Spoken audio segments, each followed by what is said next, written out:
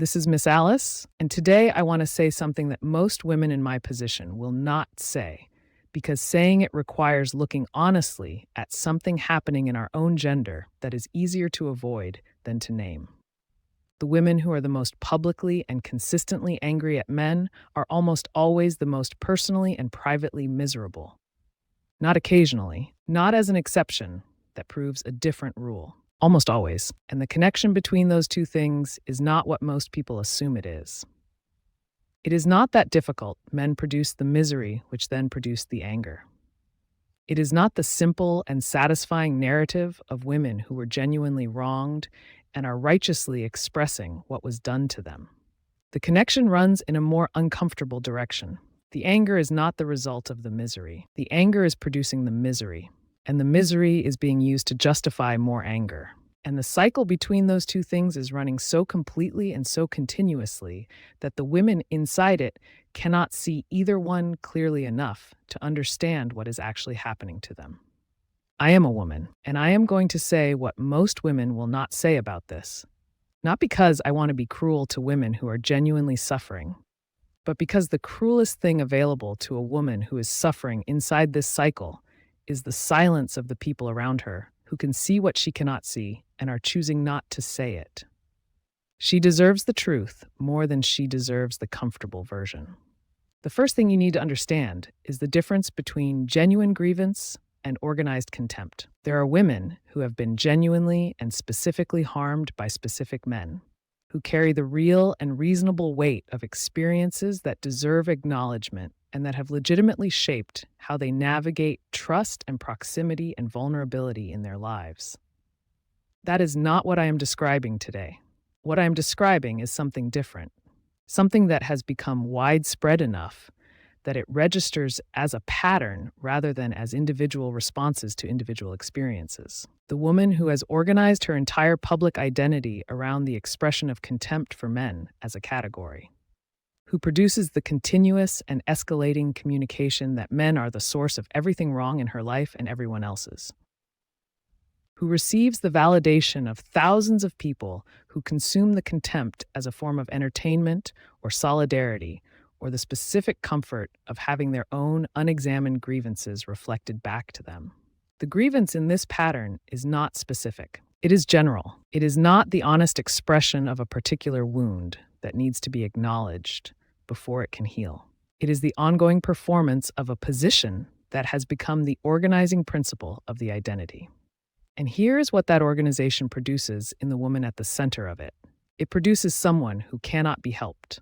Not because she is beyond help, because the identity requires the ongoing presence of the problem it is organized around. A woman whose entire sense of self is built on the grievance cannot allow the grievance to resolve. Resolving it would dissolve the identity, so the grievance stays, and the identity stays, and the misery that the grievance was supposed to explain stays alongside it, because the explanation was never actually addressing the misery. It was performing the address while leaving the misery entirely intact. The second thing you need to understand is what the contempt actually costs the woman expressing it.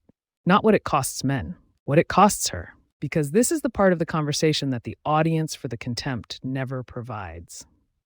The audience reflects the contempt back, amplifies it, rewards it with the specific validation of numbers and engagement and the sense that what she is expressing is not only legitimate, but important. That she is speaking a truth others are afraid to speak, and that the speaking of it is its own form of courage. What the audience does not tell her is what the sustained expression of contempt does to the interior life of the person expressing it. Contempt is not a neutral emotional state. It is an active one. It requires the continuous production of evidence that the contempt is justified.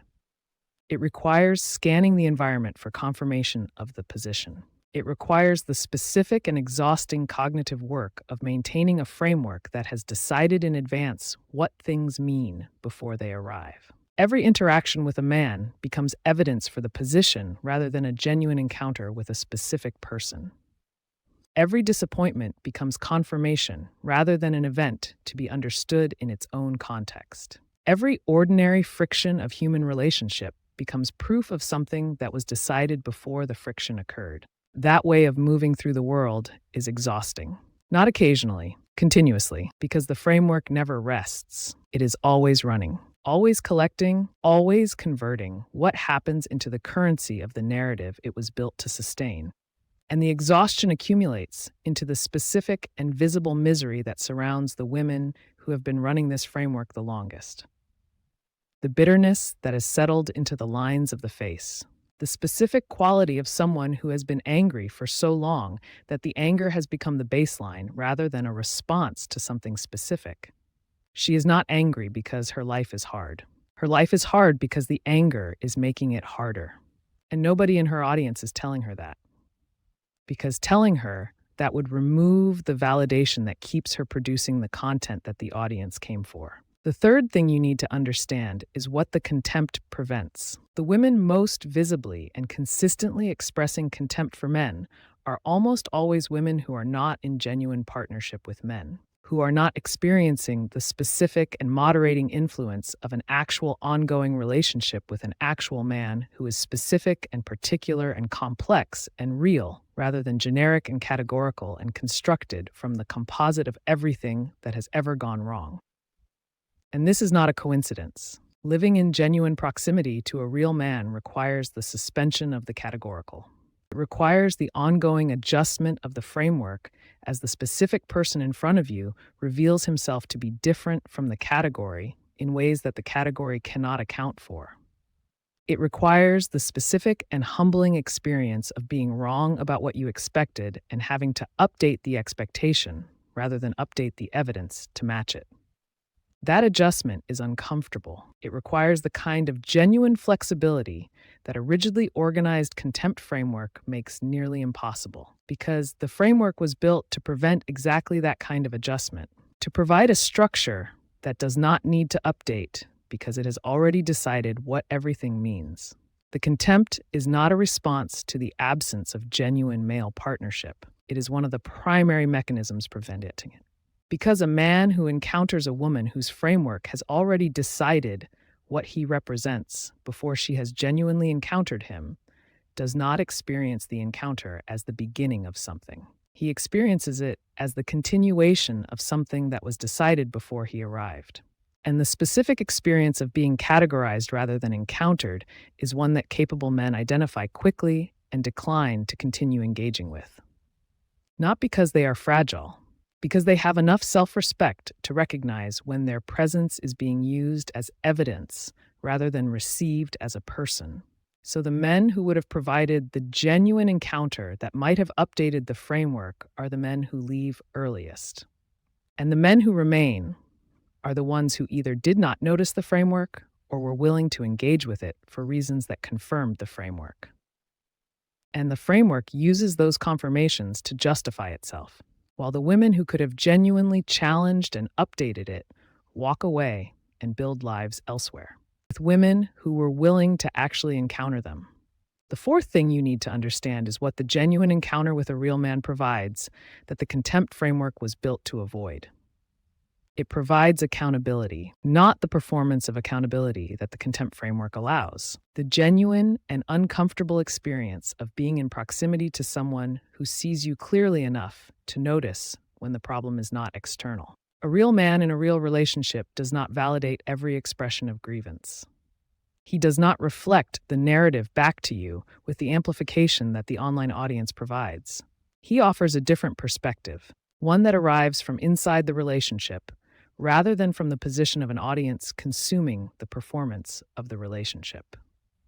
He says things like that is not entirely fair. Or, I notice this keeps happening across different situations. Or, have you considered that the pattern you are describing might have something to do with how you are approaching it, rather than with what the other person is doing? These observations are not attacks. They are the specific and valuable contribution of someone who is close enough to see clearly and invested enough to say what he sees rather than what would be easiest to say. The contempt framework cannot tolerate this contribution. It is built to receive it as evidence of the very problem it was organized around.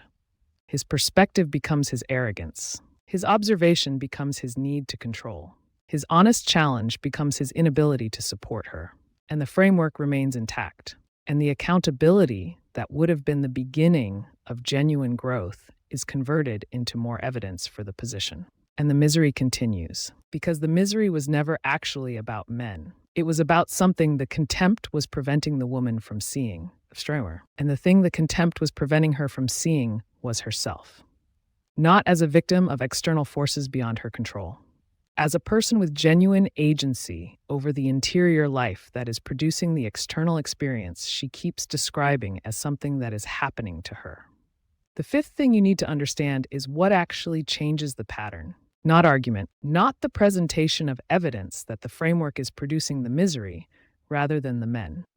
The framework was built to convert evidence into confirmation of the opposite. Arguing with it from the outside produces more framework, not less. What changes? It is the specific and difficult internal experience of a woman who becomes genuinely honest with herself about the gap between the life she is describing and the life she is living. She describes herself as someone whose problems are produced by external forces. Men. The specific and convenient catalog of things outside herself that explain why the life is the way it is. And in the private moments when the performance stops, when the audience is not watching and the validation is not arriving, and the identity does not need to be maintained for anyone. She knows that the description and the reality are not the same thing. That the life she is living has a quality that the framework does not account for. That the misery has sources that the catalog of external causes does not contain. She knows this, and the knowing is the beginning of the only thing that actually changes anything. Not the admission of it publicly. The honest private acknowledgement that the framework has been serving something other than her genuine well-being. That the contempt has been protecting her from something more threatening than men. From the examination that would require her to look at her own contribution to the life she is living. Her own patterns, her own choices, her own relationship to the specific interior experience that keeps producing the same external results regardless of which external factors are available to be blamed. That examination is not comfortable. It does not produce the validation that the contempt produces. It does not come with an audience. It does not reward the person doing it with the specific comfort of being right. It just produces clarity. And clarity is the beginning of something different from what the contempt was producing. It is the beginning of a life that does not require the ongoing maintenance of a framework built to prevent the honest examination that would make the framework unnecessary. Here's what I want to leave you with. The women I have been describing are not women I want to dismiss or condemn.